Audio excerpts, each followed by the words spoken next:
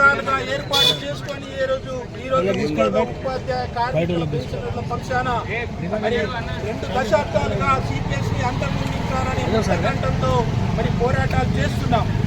కేంద్ర రాష్ట్ర ప్రభుత్వాలు వ్యవహరిస్తూ ఉన్నారు. గతంలో మరి కాంగ్రెస్ ఇప్పుడు ఎన్నికల కంటే ముందు రేవంత్ రెడ్డి గారు గౌరవ ముఖ్యమంత్రి గారు హామీ ఇచ్చింది.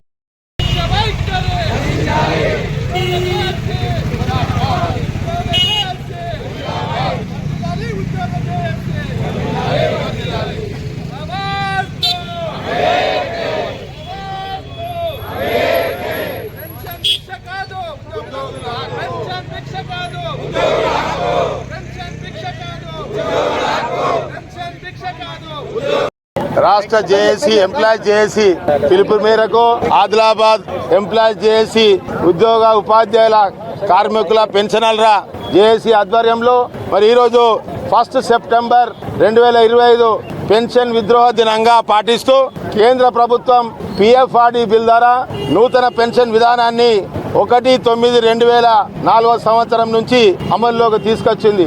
ఇలా రాష్ట్ర ప్రభుత్వం 653, 654, 655 జీవో ద్వారా తేదీ 1/9/2004 నుండి ప్రభుత్వ ఉద్యోగులకు అందరికీ నూతన పెన్షన్ విధానాన్ని కంట్రిబ్యూషన్ పెన్షన్ స్కీమ్ ద్వారా మరి అమల్లోకి తీసుకురావడం జరిగింది. దీని ఉద్దేశం ప్రపంచ బ్యాంకు IMF ఆదేశాల మేరకు పెన్షన్ సంస్కరణలో భాగంగా ఇలా కేంద్ర ప్రభుత్వం రాష్ట్ర ప్రభుత్వాల మీద రుద్ది ఇలా నూతన పెన్షన్ విధానం ప్రవేశపెట్టడం జరిగింది. సిపిఎస్ వద్దురా ఓపీఎస్ ముద్దురా అని స్లోగన్స్ లో ఈరోజు యావత్ తెలంగాణ జిల్లాలోని 33 జిల్లాలలో జేఏసీ ఎంప్లాయీస్ జేఏసీ పక్షాన ఇలా పోరాట కార్యక్రమం తీసుకోవడం జరిగింది.